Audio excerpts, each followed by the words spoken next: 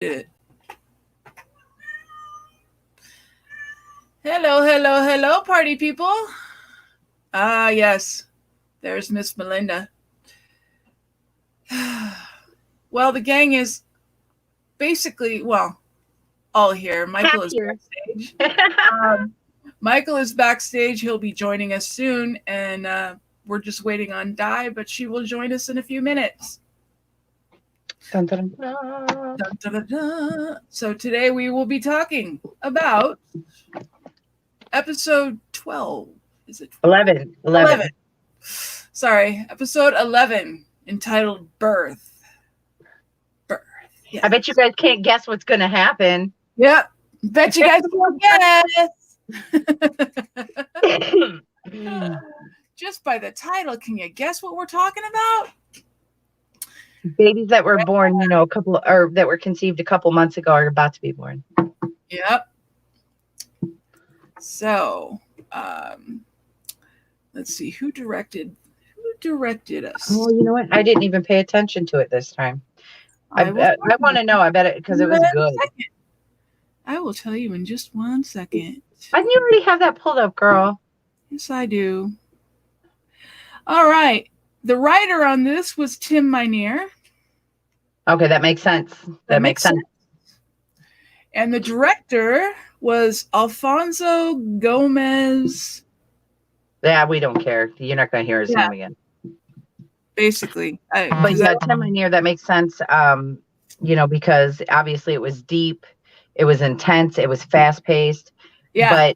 But there was a lot of reveals, and it was the Tim Minear signature is especially bloody.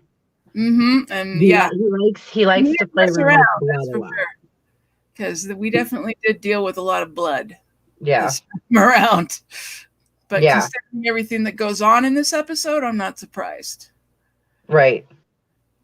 So the first scene that we have, we start off in 1984, and according to the synopsis, this is 1 year after Constance killed Hugo, and she's still in the house. But now she's dealing with she's depressed as hell because she passed out. And you know what that reminded me of? When they show her she's in front of the TV, passed out with I think she had a cigarette. Yeah, but I know she had a drink. She had a drink next to her. Yeah. And it was very reminiscent to her suicide in Apocalypse. Yep. Hi, Di. Hi, guys. It's Wednesday. That's right. It's Wednesday. It's Wednesday. So this is my Wednesday shirt. I just made a point that I think you would like. I heard suicide. That was it. Yeah, that's when you came in. No, I was saying because we were just talking, we literally just opened up. We're talking about how it opens up at 1984, and the first scene you see is Constance passed out in front of the TV with a cigarette and a drink. And then you look. You see on the table and you see all the past bills that are right. And you spiraling and falling apart, and then you see young Tate, and that's when you realize who this is and everything. I mean, not that you necessarily didn't before, but but I made the point that that was very reminiscent, and I'm sure they went back and maybe did that on purpose. Well, maybe not sure, but that would be nice to think they did. But it was very reminiscent of Constance's suicide in Apocalypse. Yeah, absolutely. Yeah. She took that drink and sat on the couch and said, "I'm fucking done." Lit a cigarette and just sat there. And... Mm-hmm. Very true. So I thought that was. I'm sure that when he was doing, since this was such a callback to Murder House, and he probably wouldn't have ever gotten Jessica. He had to kill her character off because she was probably like, "I'm done. She's had enough American Horror Story," so he had to kill her off. She didn't die. Remember? Not in this episode. No. I'm saying the timeline changed, but we'll get into that later. Oh yeah, timeline changed. Anyway, so we get to see Tate as I think he's 7 in this scene. where he's playing with the truck upstairs, and then where he meets Nora. Yeah, he's playing with his truck, and so the basement door opens up by itself, and of course he's not afraid of it, so he pushes his truck down the stairs, follows it down. Wait. Yeah. Wasn't the shooting in 94? We're in 84. No, but I'm saying the shooting was 94, right? The school shooting? Right. Yeah. And he said, I'm going to be 7 tomorrow. And he's 17 when the shooting happens in 94. When the shooting happens. So, yeah. Right, so he says, I'm going to be 7 tomorrow. I think he says that to Nora when she said, how old are you? And she's like, I'll be 7 whenever his next birthday was. Yeah. So it was coming up. Yeah, exactly 10 years. So then we get to, he pushes his truck down, goes after it. And you notice how he pushed that truck down? I mean, kids are mischievous, but knowing that Tate's a sociopath and everything already, it was almost like he looked like he wanted it to hurt the truck. Like not that. Yeah. That sounds bad, but like almost like in his head, he was imagining people in that truck and he pushed it over the cliff. You know, like he did it so viciously and like, And you know what else this really reminds me of? Speaking of which, callbacks. Like, I don't know. Did you guys ever watch the original Omen? Yes. Yeah. The original one where Damien was just a little bastard kid who was mean and hated everything, and all he wanted to do was destroy shit. And I realized that this is supposed to be the other, like we know later, but Tate is definitely, you know, he's calling back to all of these things. Like he's this little angry boy, and there's lots of little angry boys, but when you start getting it down to the fact that he was supposed to be Satan's representative, as we found out in the last episode, Satan chose him to be this child, you know, then maybe there's, you know, you could go on forever really, but that's kind of, you know, he just reminded me, he's so Damien-like, so Damien. Yeah, definitely. I totally agree with you. So this is where we find the huge bond that has the reason that Tate has done, you know, we're like, why are you doing all this crap? And it's because, go ahead, Dawn, you were talking about he went down into the basement. Well, yeah, he pushed his truck down into the basement, and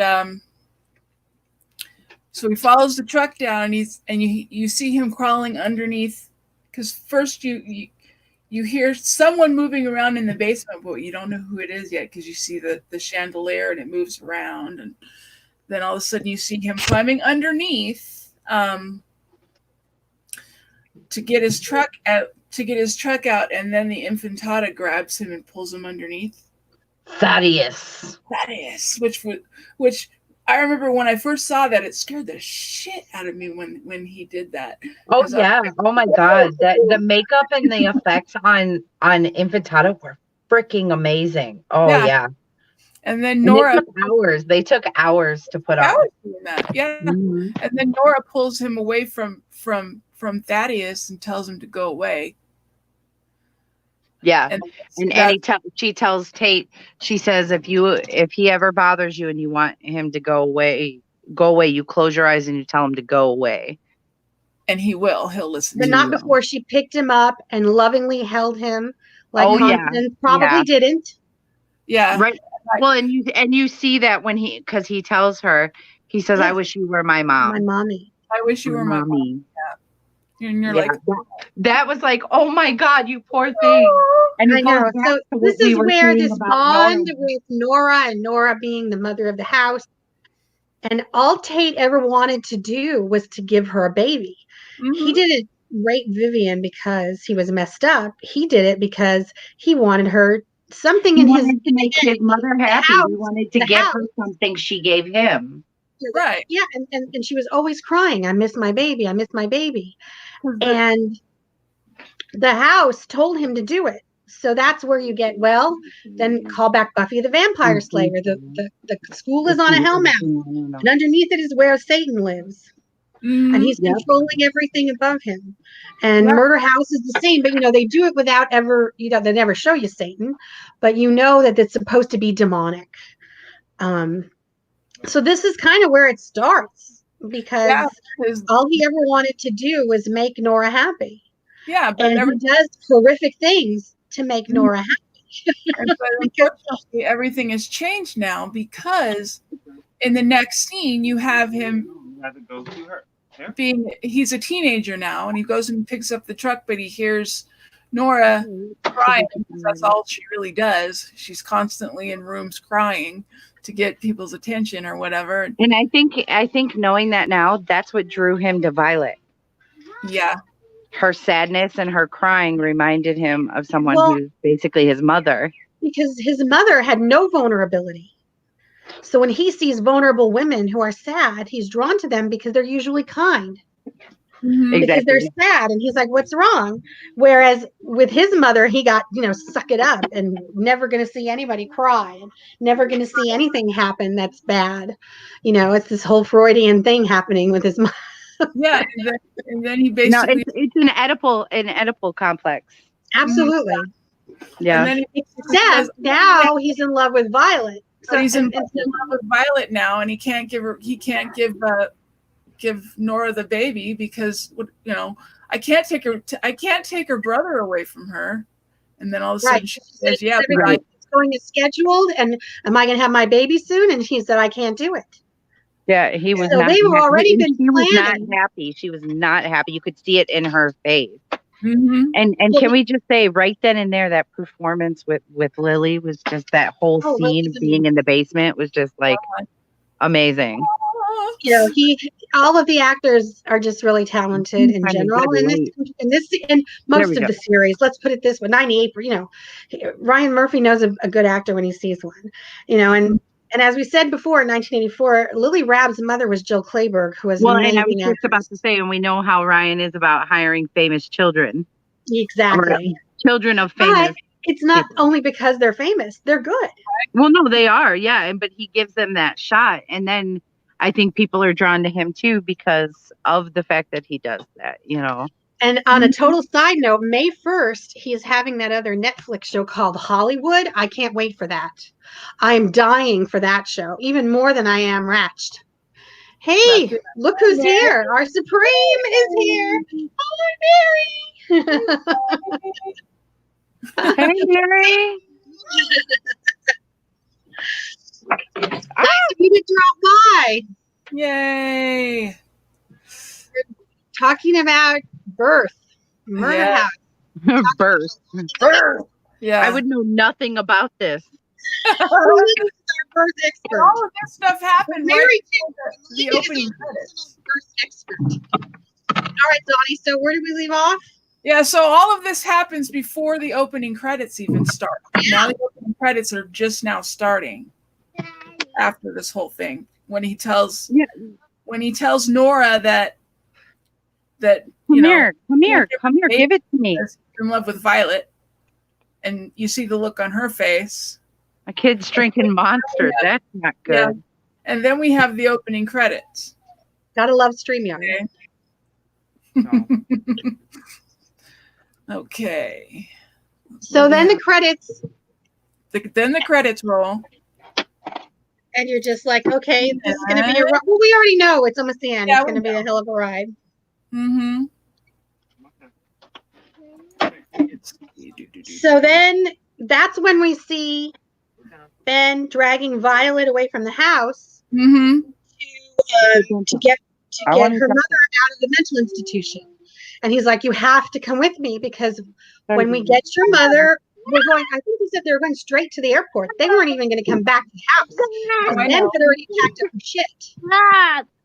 So the fact that Violet was not able to come because every time he kept bringing her to the car, she kept saying, I'm sick. I'm sick. And as we know, there's that magnetic pull to the house. The further away you get, the sicker you are. You feel sick. It's like, I'm going to throw up. I feel sick. And he's like, you've been in your room and you're not going to school. And you've got to come. So then she says, fine, I'll lay down in the back. And she gets in the back of the car and he sees her lay down and he takes off.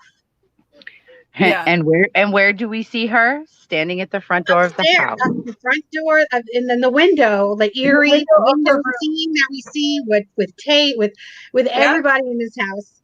And he's like he gets to the place and she's not there. Nope. See, if Violet hadn't been a ghost, they would have left. They wouldn't have even come back to the house because he told her I packed her when they picked her. He went to get her, and he said, "I don't know what happened with Violet. She must have bailed at the last minute. She was in the back of the car, then she was gone." He still doesn't get it. He still doesn't get it. He's still subconsciously, maybe I think he thinks something's going on, but he doesn't. He flat out has to tell him. It's like, don't you get it? So he goes to get her, and then we flash to them with was it Chad and Patrick, and they're preparing a nursery with 2 cribs, and they painted them fucking red because that's what every nursery needs. One and a white one, yeah. Hi, Miss Buffy. Hi, Miss Buffy. That's okay. We understand. Shit happens sometimes. It happens. It even happens to us. No worries. Oh, I was muted. I said, hi, Buffy. Hope you're feeling better. So yeah. Oh, that's interesting. So this particular thing, because I'm looking at the scenes just to kind of says that the corner is red and that it almost resembles horns on the crib. Because one of the cribs is red, the other crib is white. Yes. And they can't wait to get these babies. Yeah, he and Chad. They're decorating the nursery, and they're like, "Well, who's the surrogate?" It's like, what is it? You know, one of the nurses down in the basement, and he's like, "Oh no." And Constance is asking him this question. Yeah, and this is where Constance finds out that they want to take the babies, and she's in her head going, "Oh no." She didn't tell him in her head. In her head, she's like, "That's my grandson. You're not taking him anywhere." So what she does is she enlists the help of Billie Dean, and then you cut to her in the kitchen, and she calls Violet down because they're not in Constance's house. They're in the murder house because Violet is with her, and they're trying to find out how to get rid of Zach and Zach, keep calling him Zach, Chad and Patrick. So then this is when we see Roanoke basically unfold before our eyes. Yep. She talks about this in 16 something or 17 something. She talks about the lost colony of Roanoke. They all disappeared overnight, and that there is a cryptic word. And if you get a personal effect from each of the ghosts you're trying to banish, and you burn them, and say the words Croatoan, which we've all heard before, but we've never heard it as far as we know in this particular episode because it's 6 years later, that they'll be sent away. Yeah, they'll be sent away and can't bother anybody anymore. That's the whole thing. Supposedly. Then, but she did warn them and say that there's a possibility that it will not work. Yeah, she did. This was all she knew to tell them to do. But as she's doing it, she's walking over, and you hear her talk to Violet with some telepathy and say, "I'm so sorry, you're so young." And Violet says back to her, "Please don't tell anyone. I don't want them to know I'm gone yet." So this is where you see that we always know Billie Dean can see everybody, but this is where we see her true telepathy, where she's speaking to Violet, and that's kind of cool. I'm like, oh wow, okay, because you kind of almost think she's a lifetime medium. You're not really quite sure. She seems a little. But then again, if you look at the Long Island medium on Lifetime, she kind of looks like Billie Dean. I think at one time, Zachary Quinto calls her the Lee press-on nail medium downstairs because she has those crazy nails. Who'd you get all that information from? The press-on medium, the press-on nail medium. That's exactly what he said. Exactly. So we see this whole thing. Little do we know, this is all a setup for season 6, and we're at season 1. Whether or not it was meant to be that way, Only Ryan Murphy could tell us. But definitely that was in the play at that time. So, because you get to see the scene where Tate is trying. They have to get the artifacts from Chad and Patrick. So basically, Tate goes into the nursery and eggs Patrick on, saying basically, well, so how does this work? He's coming on to him. He's coming on to him just because everyone has needs, and he kneels at his crotch. I know. That's like, whoa. And you're going, what? I mean, you know what it is, but it's still like, I mean, God, Evan, the fact that Evan will just do whatever it takes for the role. A lot of men would not. He has put a lot into American Horror Story. Just totally being like, he's just, and he's so cute. What guy's not going to want him, right? We don't have our expert here, but he's totally egging him on just to basically fight with him so he can get the ring off of his hand. And then you find out that Patrick wasn't even supposed to be there, that he was planning on leaving, or that he was planning on leaving Chad. Right. And he fell in love with another person, and now he's stuck. And this is, he basically spills his guts about everything that happened in their relationship that Chad didn't know. Yeah, and then you see Chad in the doorway, and he runs the other direction. And he's like, "Oh my God." Here they were trying to rekindle because they're stuck with each other forever. And then he finds out he wasn't just out fucking somebody. He fell in love with someone. And they had plans, and they were going to have... Yeah, because they had the rule, don't ask, don't tell. And he told him that. Right. And that was like the first... That was like, wasn't that the first Halloween episode, I think? Yeah. It was, we found that out. He told him that. He always thought he was out screwing around, but he had no idea and how long have they been dead? A long time since. Yeah. So this kind of, it implodes their relationship. And in the meantime, when all this is going on, Violet snags the watch off of his wrist. Why a ghost needs to wear a watch, nobody knows. But maybe she just wanted to see if she could do it.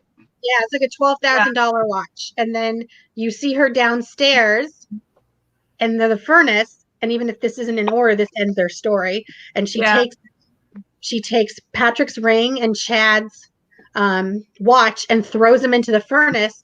And then she screams out, "Croatoan!" Croatoan. Well, and then you see him standing there, and he starts... It's Zachary Quinto, Chad starts laughing hysterically. He's like, "Oh my God, did that fresh on nail psychic told you that was going to get rid of us?"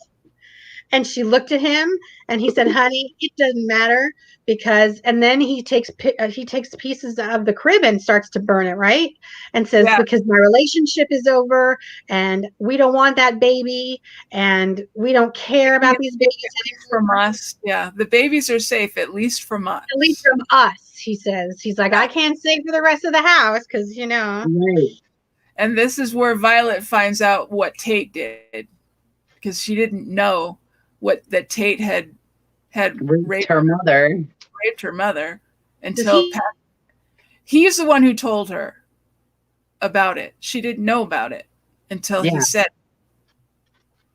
Uh-oh. Yeah. Chad was the one who told her about that. She had no idea. Okay. I don't know why. I thought Constance told her. I'm wrong. No, Constance would have never told Violet. No. That's true. Yes. So that's how she found out about the whole rape thing, was because because he's hurt, he's pissed, and he said, "We're not so great, but what about your little boyfriend who decided to rape your mother?" And she went, "What?" Because now she's happy and she's dead and she's a ghost and she's thinking she's just gonna romantically her 90s fantasies and the rest of her life with Kurt Cobain, listening to Lover's Lament music and playing cards and having sex upstairs with him.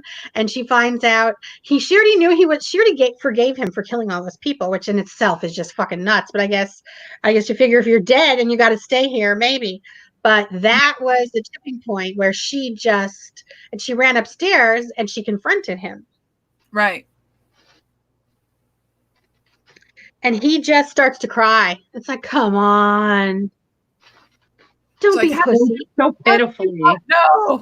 He just starts because he the only thing missing from that cry, because it was one of those heavy cries, is where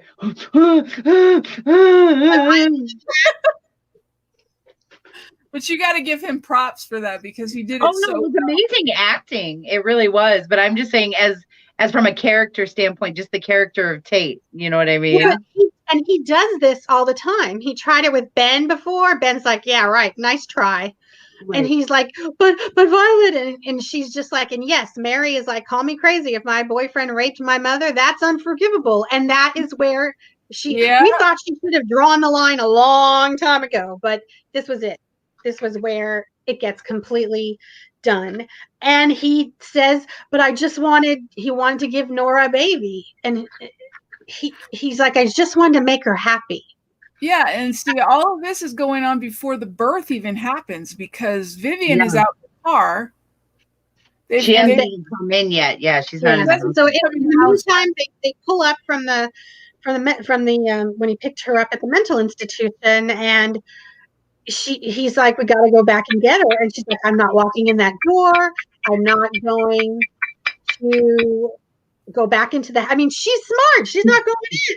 Unfortunately, he already knows about the dead people in the house. The only way for her to go in is just because of Violet. Right.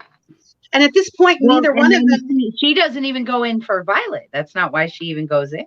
She goes in because she goes into labor because the house. That's true. Makes her go into labor. So she's sitting there and she's waiting, and then doesn't that when Ben confronts Tate too? No.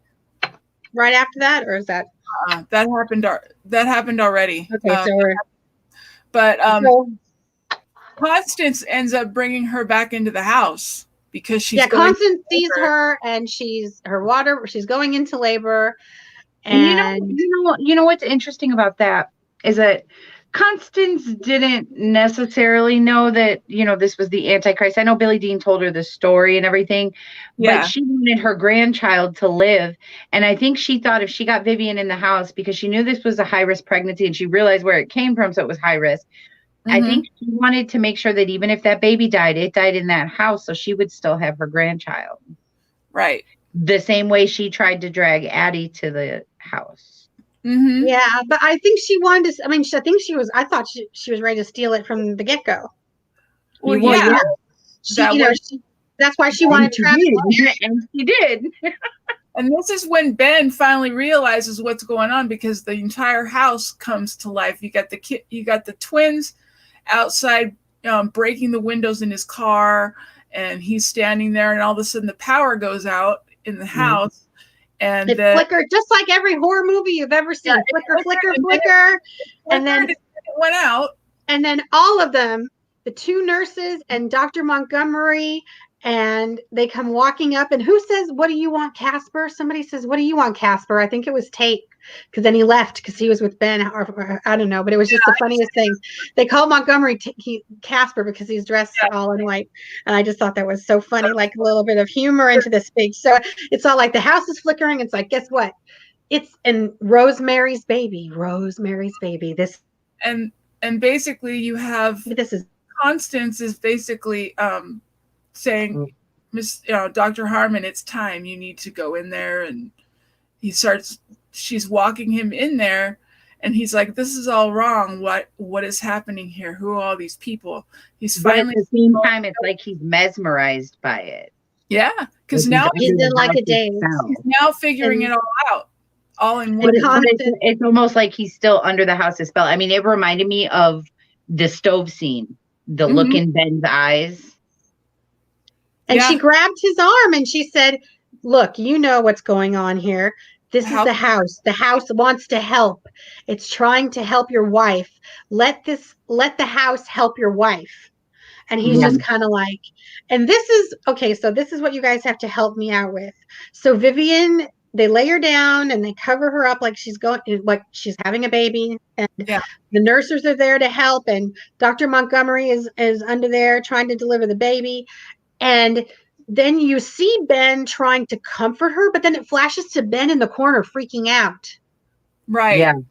So which is it? Is it that he did one, and because then twice it flashes where you see him in the corner just going, "Oh my God," which is what you would think he would do. Both. I think it was both. I think it was meant to show us a time lapse of like him being there comforting her, but then him needing a break and him being like, "This is crazy. Like these are ghosts delivering my babies." And yeah, because he's just freaking out. And I'm like, maybe he and then he's there, and then but it's this whole kind of dream state thing, and people are yelling push, and she's like bugged out, and she doesn't know what the fuck is going on. Then they give her ether, which is a real smart thing to give someone who's giving birth, right? We all know that you don't do that, to like have her get even more fucked up. And it's just like this huge, it's just like it reminded me of when she had the baby, and it was like exactly like the baby. You just see all the faces, and then so she has the first one, and the baby is stillborn. But they say it's stillborn. He says it's stillborn. And Nora ends up taking the baby. He takes it away, and she wants to see it. He's like, no. He gives it right to Nora, and Nora runs away with it, and you just never see it again for right now. Yeah. And then Constance basically says, no, honey, you have another one coming. And then she goes into labor again. And then the second one comes out and basically tears her apart from the inside. Yeah. Because we never see his boobs. We only see them in the, should have had him in Apocalypse. They should have shown his feet. But so she bleeds out. And it's like, because Montgomery, even though he's a surgeon, I don't think I want to save these people. He's like, I want to pull them apart. I don't ever remember him trying to save anyone's life. He wants them dead so he can sew them up again. So, and she didn't, Vivian didn't get to see Violet until right before she passed. And Violet basically said, if you're in pain, just let go. You can come with me on the other side. And she apologizes for not coming to the hospital that she wanted to, but she couldn't. And she's like, well, you're here now. And Ben's looking at her like, who are you talking to? That kind of thing. And then she passes over to the other side. And it's so sweet because Violet is freaking out, and then you flashed and Vivian's got her arm around her. And she said, I'm so sorry about your baby. And she said, I'm with my baby. Yeah. Because she had I know.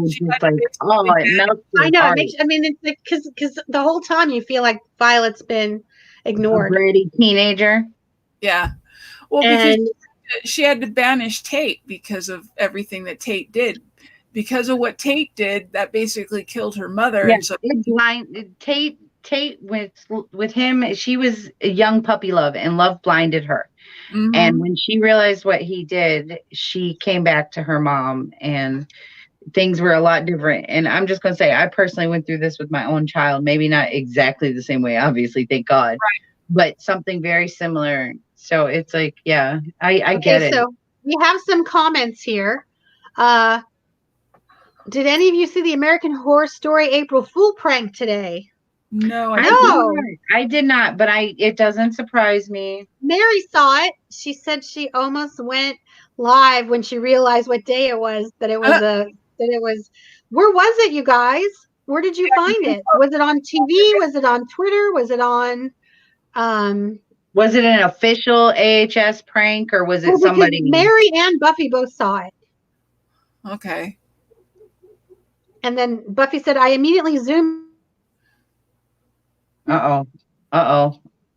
Let's see. I was immediately zoomed wanted to say. So we'll have to look that up because that is still there because it may not be there now, but. Well, it's still April Fool's. It's still April Fool's. It'll still be there as long as we look today. Yeah. It's been a crazy day. I barely made the stream. I was late. So Wednesdays are crazy. Wednesdays are crazy for me. So. That's why you wear black. Absolutely. And BRT is done working now, so he can now listen to us. He couldn't listen to us before. Sending love. Good idea, Jay. Done with the episode, so when we're done, we'll have to look it up. Thanks, ladies. Yeah. Okay. Thank you very much for letting us know. And anybody that's joining us later on the broadcast, please remember to like and subscribe and hit the bell so you don't miss anything, because we are going to be here every day. To the best. Make sure to subscribe to our Facebook page or follow our Facebook page. We have some great Facebook Live things on there. They're a lot of fun. People have really been enjoying it.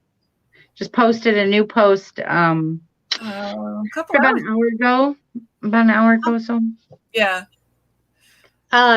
So after all of this happens, and to wrap up the episode, after she's with Vivian, she goes up to her room where Tate is waiting, and that's where she looked at him and said, "Go away." Mm-hmm. And he's like, "Viola, please." And she's like, "Go away. I'm done. We're gonna be all alone." And she's like, "No, I'm not. My mother's here. Pay for what you did. Done. You got to pay." And that's the end of the episode, right? Yeah. Yeah. Because after she banishes him, then you get to see, she's standing in the room, and then you get to see Vivian with her arms around her saying, I'm proud of you for what you did. And then she said, "Well, I'm sorry you lost your baby." And then she said, "Well, my baby's right here." And then they fade to black after that. And then it's like, you're so sad, but then you're so and you're like, okay, because Constance took the live baby and said she was going to clean up the baby and take it there. So you don't know if Constance stole the baby right then. Did Michael come back in? Michael is going to come back in? I don't know. If he wants to come back in, he has to. Well, I thought he sent something in the chat. That's why. He said he's good. Michael, do you want to come back in so you can do your wand?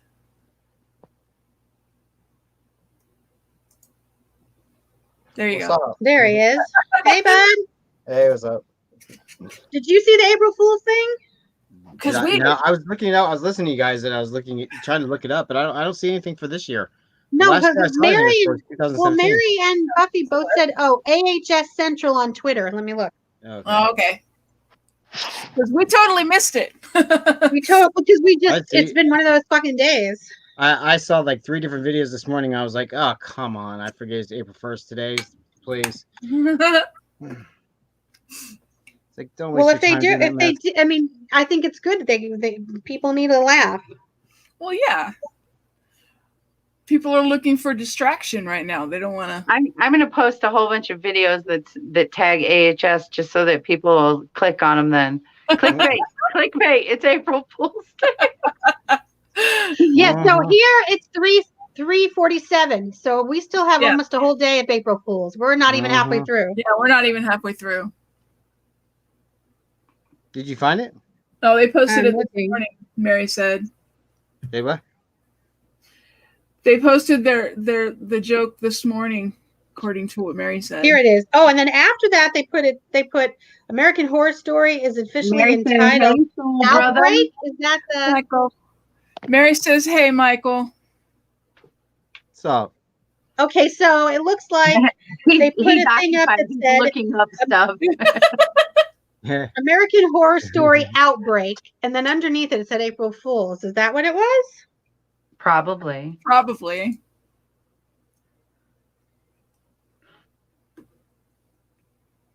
There's so much stuff here. For us, it's been a very busy day. It's definitely real life AHS outbreak right now.